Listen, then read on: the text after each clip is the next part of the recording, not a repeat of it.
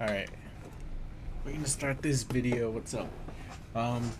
Nothing too crazy here. I know it's gonna be scuffed because this is the first video on this channel, but we're gonna go on a solo run on repo and how to make it around 13.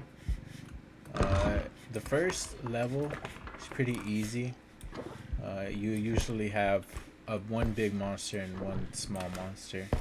So big monsters, I'll put it out on the video to show you what kind of big monsters there are. They're usually heavier level monsters with with more HP as opposed to the smaller ones. But just some quick stuff, right? With solo repo, you have no backup, right? So it's only going to be you, and that's it. So you can't just, once you're dead, the run's over. Now usually whenever you get pretty good, once you get pretty good, you won't have to worry as much about the monsters, but you will have to worry about pits, like falling down pits and falling down holes, because every single time I've died on my solo runs, it's been through pits, not even monsters itself. The first couple levels are going to be the hardest because you do have to worry about monsters, but after that you're pretty much golden. You can move quieter, waste less time, right, when playing with noobs like Danger 1998. Like, he's such a noob and he wastes all my time, so you could play a little faster, but at the same time your strength, you only have one strength, right? So you need to level up your strength as fast as you can, or get the feather drone. If you don't know, the feather drone makes everything pretty much weightless. Another thing that I need to do is audio, right? Audio is a big part of this game, especially in solo. Some of the monsters you can hear up, right? On early levels, audio is going to be your friend, just to see where every monster is, because you can usually hear them. Some monsters don't have any audio cues, which are a little bit more difficult, but that's pretty much it. I usually don't talk whenever I'm playing these games, right? Because you're solo, so you're a lot more undetectable, as opposed to you're playing with a group of friends and you have to communicate between each other. So it's about decision making first, right? So another thing, and you can bring this into multiplayer lobbies as well, is whenever you're playing with other people, they usually go wherever they want, right? They usually go whichever room they want whenever you first start out, which can be good and bad, right? Because you can cover more ground, but at the same time you're not checking those. You see what I'm saying about audio? I just heard something. But you can cover more ground with more people, but at the same time sometimes people miss stuff and then you won't get as much loot, and it's like a whole thing. As opposed, whenever you play solo, you see I'm going around the map. I'm doing one room at a time. I'm bringing the cart with me. Sometimes I'll do that strat where I'll bring the cart with me to every room. Sometimes that's a little bit more risky, just because you'll have like your cart in the way of monsters. And then remember, the balloon boy's around here somewhere. So now the balloon boy's pretty easy. He's gonna be a lower level monster. He's not gonna be the main monster of this level. So we're still looking for the actual big monster. But balloon boy is chill. He's a chill guy. You just leave him alone. He leaves you alone. Don't pop his balloons, and that's it. Remember to look up below beds, on top of these beds, right? It can be anywhere. I'm trying to think. There's definitely monsters in that room. Just because I know there's monsters in the room because of the balloons and the doors open. Like if say there was no balloons, you see the door open, you already know there's a monster or something in there. Now you heard that scream. Sometimes they'll just what the repo devs like to do is just put random noises in there.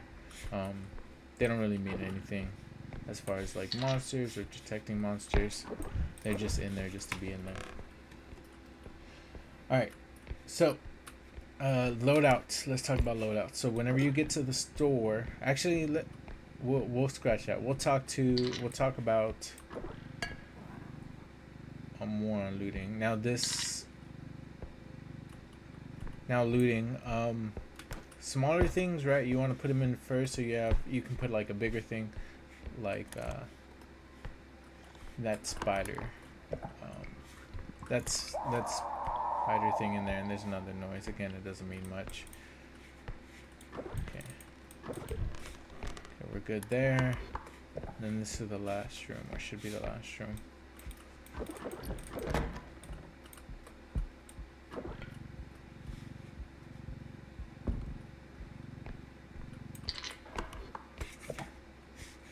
And you notice me checking my map, just because if there's something that I've scanned that I haven't picked up, it'll show up yellow on the map, so I can just go in there really quickly and get whatever I missed. Okay, this door's open. Let's see if there's anybody in here. No.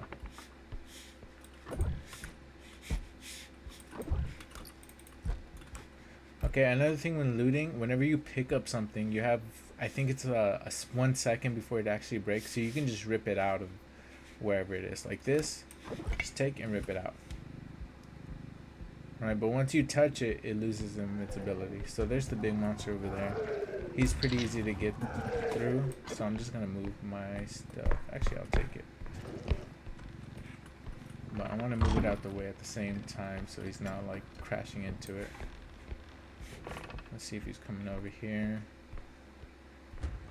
No, he's going over there, which is fine. And then sometimes they'll just spawn too. If you leave them alone, sometimes they'll just despawn.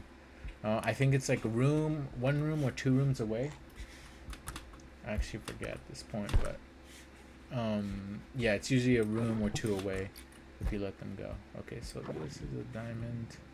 I want to be extra careful with this because even whenever this item has the invincibility on it for 1 second, it's still 3k, which is kind of a lot. Like it's worth almost as much as this. So I want to be extra careful with that diamond. Especially on the early rounds, you want to make sure you loot everything. So just so you set yourself up for success in the future, right? Okay. Nothing in here, and I think that completed our run.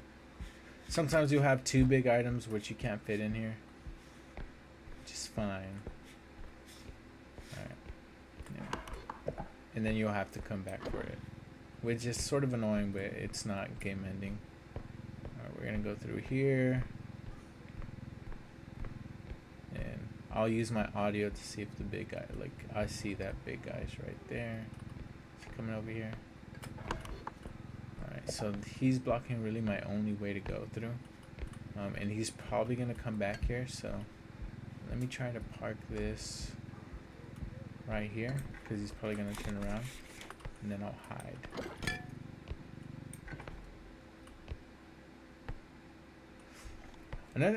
One thing about the balloon boy is that the monsters can actually accidentally aggro him. So if this guy comes back right now, he'll hit these balloons and it could set off balloon boy, which is fine because I need balloon boy to be aggroed anyways. But I don't want him aggroed on my cart, so I'm gonna back up my cart real quick, and then I'm gonna touch those balloons over there and just break them all. I want to be careful with this big thing. So I'm gonna aggro him over here, make sure I have enough stamina, and then I'm gonna go in that room until he chills out. So it's about 40 seconds or so. Not entirely sure. So I'm activating these.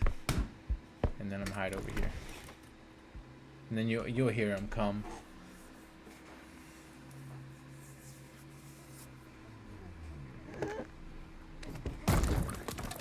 Okay, good thing I'm in this bed. I don't know how he found me, but he can't really do anything to me. Let's see if he's chill out. You chill? You chill? Okay, my guy's chill. He's just being a little emotional right there. Okay, so I'm gonna wait for him to leave. I can't really break anything on him, which is unfortunate. Let him go.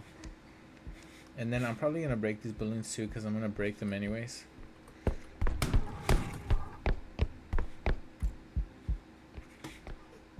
then I'm gonna come back here, hide underneath here, and he can't touch me. Let's see if he finds me again. Oh, what the heck? So he's glitching out through the wall. Okay, so apparently Balloon Boy, which is news to me, he can detect you anywhere. But now he's just trying to kill me, but he can't.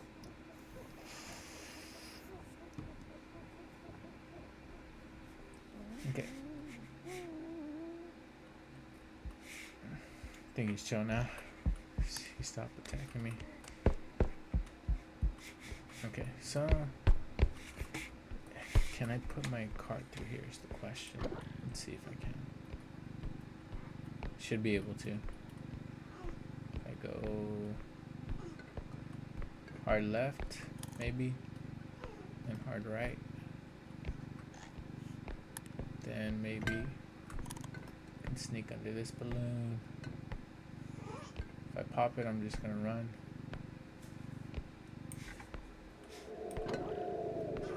And then we're gonna go over here.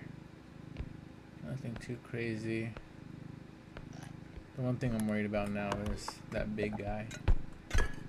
But as long as he's not in our spawn room, we'll be okay. Which he's not.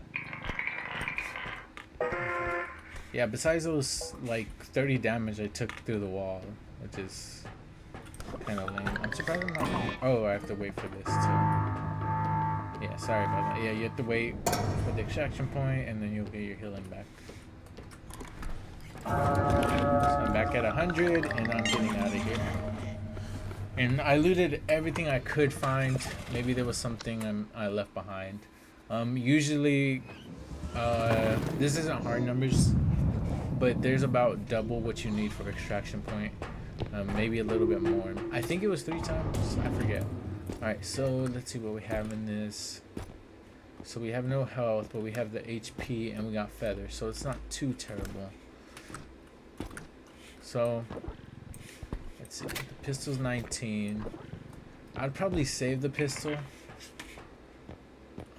And take the feather definitely, and the HP is in need, right? Because it gives you that extra buffer. Usually a lot of the enemies do 100 damage, so if you have upwards of 120, it gives you pretty much, you can take 2 hits of something. So we got 21 and we got 5k left. I think maybe going with stamina. Actually, I'll take another HP and leave the stamina for next time, I think.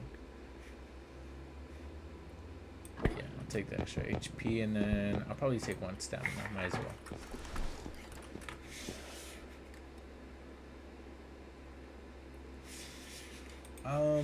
Oops, I didn't mean to do that. Where's my...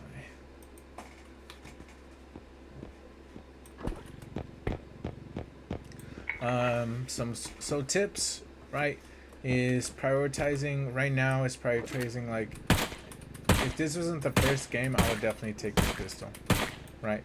I always go offensive before health. Okay,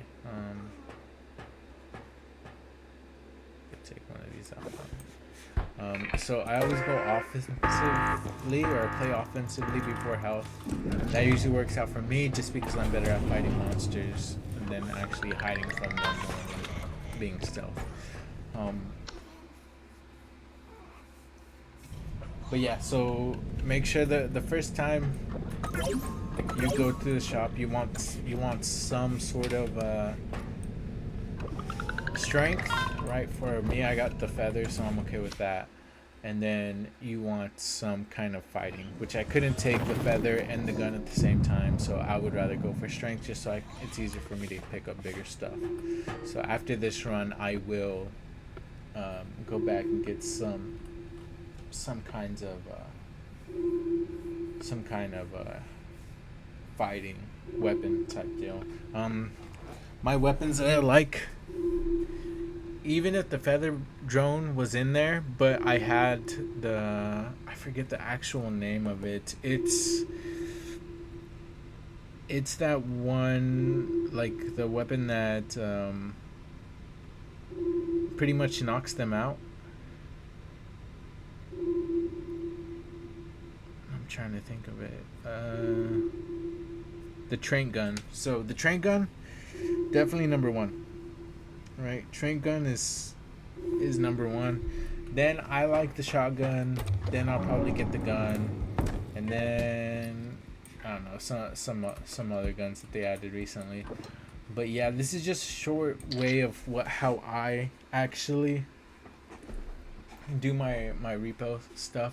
Remember, one room at a time. You need to play it safe around holes, right? Especially whenever you get up there in higher levels.